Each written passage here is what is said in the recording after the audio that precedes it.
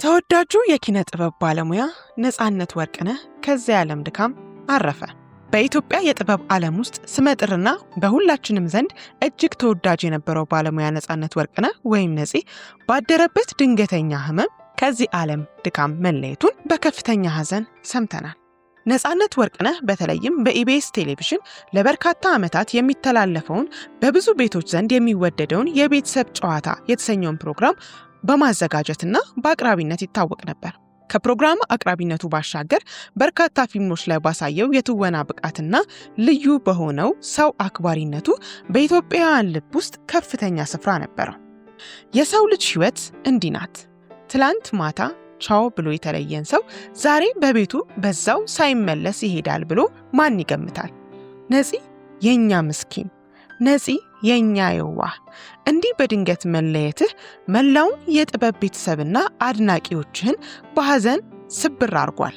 ነጻነት ወርቅነህ ባለትዳርና የ3 ልጆች አባት ነበር። ባበረከታቸው ስራዎችና በደግነቱ ሁልጊዜም በልባችን ሲታወስ ይኖራል። ለባለቤቱና ለልጆቹ፣ ለወዳጅ ዘመዶቹ፣ ለመላው የጥበብ አፍቃሪዎች ፈጣሪ መጽናናትን እንዲሰጥልን እንመኛለን። ነጻነት እንግዲህ የ3 ልጆች አባትና ባለትዳር የነበረ ሰው ነበር። የመጀመሪያ ልጁ እንግዲህ በኦሪገን ስቴት ዩኒቨርሲቲ ውስጥ ስኮላር አግኝቶ እዛ እየተማረ እንደሚገኝ ገልጾ ነበር። ሁለተኛ ልጁም እንግዲህ ሴት ናት፣ ወደ ሃይ ስኩል ገብታለች። ሶስተኛ ልጁ ደግሞ የተለየ ታለንቷ ፒያኖ እንደሆነና ፒያኖ እየተማረች እንደነበርም በአንድ ወቅት ከአዳነች ጋር ባደረገው የቃለመጠይቅ ወቅት ገልጾ ነበር። በእውነቱ ይህ መረጃ የሁላችንንም ልብ የሰበረ እጅጉን ያሳዘነ ያልጠበቅነው አይነት መረጃ ነው። እንደ እውነቱ ይህንን መረጃ መስማት በጣም ያስደነግጣል። ከመስማት ባሻገር ደግሞ ይህንን መረጃ ለሌላው ደግሞ ለማዳረስ መሞከር ደግሞ እጅግ የሚከብድ ሆኖ አግኝተነዋል። ቢሆንም ግን ማድረስ ግዴታችን ስለሆነ ዛሬ ይህንን አሳዛኝ መረጃ ይዘንላችሁ መጥተናል። እንግዲህ ስለ ነጻነት ስራዎች እንዲሁም ስላለፈባቸው የህይወት መንገዶች፣ ስለ ህይወት ውጣ ውረዶቹ የተለያዩ መረጃዎችን ይዘንላችሁ መጥተናል። ተወዳጁ ተዋናይና የማስታወቂያ ባለሙያ ነጻነት ወርቅነህ ተዋናይ፣ ደራሲ፣ አዘጋጅ፣ የቲቪ ሾው አቅራቢ እንዲሁም የፊልምና የቲያትር ባለሙያም ነበር። እንግዲህ ነጻነት የተወለደው በኡራኤል አካባቢ ቢሆንም ያደገው ግን 4 ኪሎና ፒያሳ አካባቢ ነው። ብዙውን የልጅነት የእድገት ጊዜውን ያሳለፈው በፒያሳ አካባቢ እንደሆነ ይናገራል።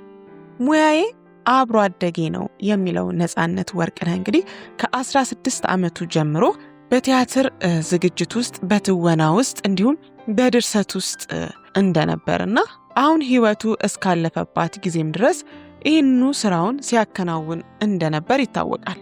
በዚህ ሙያው እንግዲህ ከቤተሰቦቹ ጋር እስከ መጣላት ደረጃም ደርሶ እንደነበር በአንድ ወቅት ከተወዳጇ ተዋናይት አዳነች ጋር ባደረገው ቃለ መጠይቅም ገልጾ ነበር። በዚህ ምክንያት ከቤተሰቦቼ ጋር ተጣልቼ ነበር፣ ከእናትና ከአባቴ ጋር በጣም ግጭት ውስጥ ገብቼ ነበር፣ አባቴ ተስፋ ቆርጦብኝም ነበር ይላል። እናቱ እንደውም ያለችውን ንግግርም ጭምር ነበር እንግዲህ በዚህ ቃለ መጠይቅ ወቅት ገልጾ የነበረው። እስቲ እኔ በድሬ ልቅበርህ ለማኝ አትሁንብኝ ትለኝ ነበር። አንድ ጊዜ ጸጋዬ ገብረመድህን ኩላሊቱ ፌል አድርጎ በሬዲዮ ሲለመንለት ሰምታ አየህ አይደል፣ ይሄ የምድር ጉምቱ የሆነ ሰውዬ እንኳን እየተለመነለት ነው።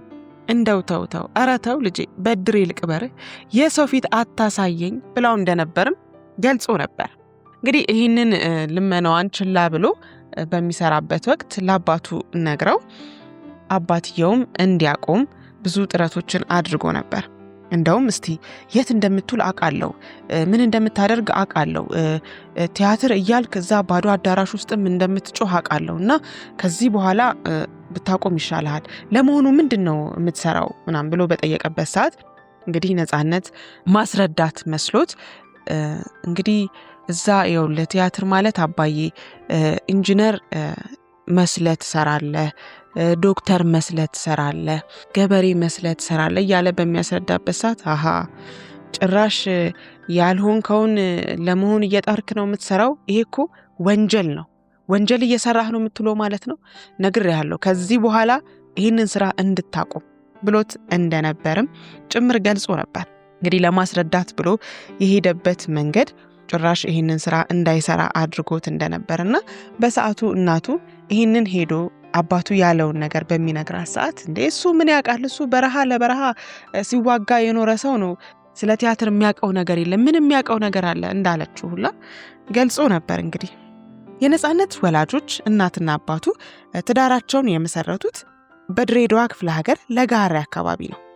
አባቱ የፊናንስ ባለሙያ የነበረ ሲሆን ከዛም በኋላ እንግዲህ በኤርትራ ጦርነት ወቅት ዘምቶ የነበረ እናም ደግሞ የተለያዩ ጦርነት ላይ የሚዘምት ወታደር የነበረ እናም ብዙ ጊዜውን በረሃ ላይ የሚያሳልፍ ሰው እንደነበር ገልጿል።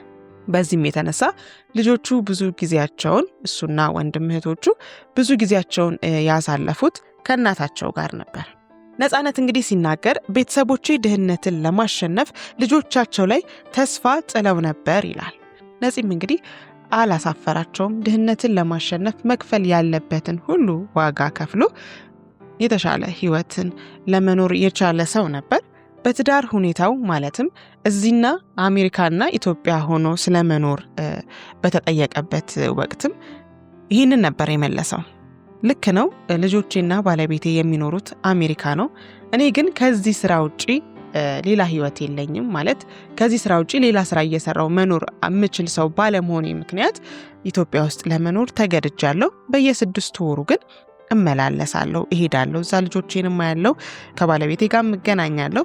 ነገር ግን ስራዬ እዚህ ስለሆነ ተመልሼ መምጣት ግዴታ ስላለብኝ ተመልሼ መጥቼ እዚህ ስራዬን እሰራለሁ ብሏል። እንግዲህ አሜሪካ ለመኖር አእምሮንና ክብርን መጠበቅ ያስፈልጋል በማለት ነበር እንግዲህ እዛ መኖር ያልቻለበትን ምክንያት በትንሽ ቃል መግለጽ የቻለው።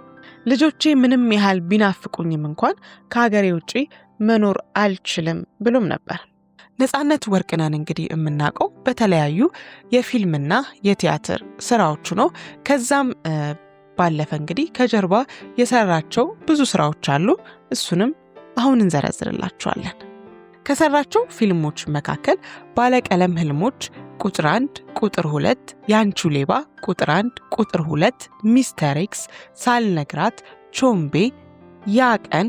እንግዲህ ያቀን የሚለው ፊልም ከአለማየሁ ታደሰ ጋር አብሮ በመሆን የሰራው ፊልም ሲሆን እስከዛሬ ከሰራቸው ፊልሞች በካራክተር ደረጃ ለየት ያለ ወጣ ያለና ነጻነት ወርቅነህ ኦኬ እንደዚህም ለካ መስራት ይችላል ያልንበት አይነት ፊልም ነበር። ካራክተሩ ትንሽ ሲሪየስ የሆነ ነበርና ብዙዎቻችን ነጻነት ወርቅነህን የምናውቀው በኮሜዲያንነቱ ነው፣ በመቅበጥበጡ ነውና ይሄኛውን ፊልም ስናይ ኦኬ ለካ ነፂ ታይፕ ካስት አይደለም ይህንንም መስራት ይችላል ያልንበት ፊልም ነው። እንግዲህ ነጻነት ወደ ፊልሙ ከመግባቱ በፊት በቀበሌ ቲያትር ክበባት ውስጥ ነበር ይሰራ የነበረው። የተለያዩ ቲያትሮችን በቀበሌ መድረኮች ላይ አቅርቧል። የመጨረሻው ኃጢያት የሚል ቲያትርን ፒያሳ ቀበሌ 10 አቅርቦም ነበር። ከዛ በኋላ ፍሬሽማን በተሰኘው ቲያትር እንግዲህ ብዙዎች በምናውቀው በየጊዜው አዳዲስ ነገሮች እየተጨመሩበት ሁሌ አዲስ የሆነ ቲያትርን ይዞልን ቀርቦም ነበር። ከዛ በተጨማሪ እንግዲህ ኤፍቢአይ ቁጥር 1፣ ቁጥር 2 እና ቁጥር 3 ድረስ ሰርቷል። በቅርቡ እንግዲህ ቁጥር 4ንም ለመስራት እቅድ ነበረው። ኤፍቢአይን እስከ ቁጥር 4 እና እንዲሁም ሚስተር ኤክስን እንደ መጽሐፍ ለማሳተምም እቅድ ነበረው። ብዙ ነገሮችን ጨርሶም ነበር። እንግዲህ እግዚአብሔር አይሳሳትምና እንዳሰበው እሱ እንዳሰበው ሳይሆን እግዚአብሔር እንዳሰበው ሆነና ሞት ቀደመው እንጂ ይህንን ለማድረግ ህልም ነበረው። እንዲሁም ደግሞ ያው ከዚህ በፊት የሰራቸው ስራዎች ውስጥ በአዲስ አበባ መስተዳደር መስኮት ድራማ ላይ በድርሰት ተሳትፏል። እንደምናስታውሰው በፊት ኢቲቪ ብቻ በነበረበት ጊዜ ሁለተኛ ቻናል ሆኖ የመጣው አዲስ ቲቪ ነበር። እናም ማታ ማታ ሮብ ይሁን ቅዳሜ ማታ እርግጠኛ ባልሆንም መስኮት የተሰኘ ድራማ እና የነበረ 15-20 ደቂቃ እና እዛ ላይ እንግዲህ ብዙ ስክሪፕቶችን የሚጽፈው ነፃነት ወርቅነህ ነበር። በዛ ሰዓት ነፃነት ወርቅነህን አናቀውም፣ ምክንያቱም ተዋናይ አልነበረም። ነገር ግን ከጀርባ የስክሪፕቶቹ ድርሰት ላይ እጁ ነበረበት። ከዛም ውጭ እንግዲህ በኢትዮጵያ ሬዲዮ ላይ የተለያዩ ድራማዎችን በማዘጋጀትና በድርሰት ተሳትፏል። ከዛ ባሻገር እንግዲህ በኢትዮጵያ ሬዲዮና በኢትዮጵያ ቴሌቪዥን ላይ የተለያዩ የድራማ ድርሰቶችና ዝግጅቶች ላይም ተሳትፎ ነበር። ያው እንግዲህ ብዙ ጊዜ ፊትለፊት ያሉትን ሰዎች ነው የምናውቃቸው። አንድን ግለሰብ ፊትለፊት መጥቶ ሲተውን ወይ ማስታወቂያ ሲሰራ ካልሆነ ከጀርባ የሚሰራቸው ስራዎች አይታወቁም ነበርና ነፃነት ወርቅነህ እነዚህን ስራዎች ከጀርባ በሚሰራበት ሰዓት ብዙ የሚያውቀው ሰው አልነበረም። ነገር ግን ባለቀለም ህልሞች ላይ በትወና ሲሳተፍ አብዛኛው ሰው ሊያውቀው ችሏል። እንግዲህ ነፃነት ወርቅነህ የዛሬ ዓመት ወር 2 ዓመት አካባቢ አንድ ከባድ ህመም ገጥሞት ውጭ ሀገር ሄዶ በሕክምና ሲረዳ እንደቆየ እናስታውሳለን። እግዚአብሔር እንግዲህ ጤናውን መልሶለት ወደ ሀገሩ ተመልሶም ደህና ነኝ አለው እግዚአብሔር ምሮኛል ተሽሎኛል በማለት እንግዲህ ለህዝቡ ፍቅሩን ህዝቡ ላሳየው ፍቅር እሱም ያለውን አክብሮት ገልጾ ነበር። ነገር ግን በወቅቱ የህመሙን ምክንያት መናገር አልፈለገም ነበር። ኢንተርቪው በተደረገበትም ሰዓት ነገርየው እያለ ነበር ሲገልጽ የነበረው። ፊቱን በጣም ከሰል አስመስሎት አጥቁሮት ነበር እና እሱ አልገባውም ነበር ህመሙ እንደነበር በሰዓቱ አልገባውም ነበር። ህክምናውን ካደረገ በኋላ ነው ያ ሁኔታ እንደዛ ያደረገው እንደነበር የገባው። ነገር ግን ይሄ ነው ህመሜ፣ በዚህ ምክንያት ነው ይሄን ያህል ጊዜ ህክምና ሲደረግልኝ የነበረው በማለት መግለጽ አልፈለገም ነበር። እንግዲህ ከጊዜ በኋላ ይሄ ህመም ይሁን ወይ ደግሞ ሌላ ህመም ባላወቅነው ምክንያት ይህን ግለሰብ ይህን የሀገር ባለውለታ ይህን ተዋናይ እንግዲህ ሞት ቀድሞናል፣ አተነዋል። እንግዲህ በቀጣይ የሞቱን ምክንያት የህመሙን ጉዳይ በዝርዝር ይዘንላችሁ እንደምንመጣ ቃል እየገባን ለዛሬ የያዝነውን መረጃ ከወዲሁ አገባደድን። ለወዳጅ ዘመዶቹ፣ ለቤተሰቦቹ፣ ለአድናቂዎቹ እንዲሁም ለልጆቹ ፈጣሪ መጽናናትን እንዲያድልልን እየተመኘን እኛ ከወዲሁ ተሰናበትን። መልካም ጊዜ፣ ቸር ያሰማን።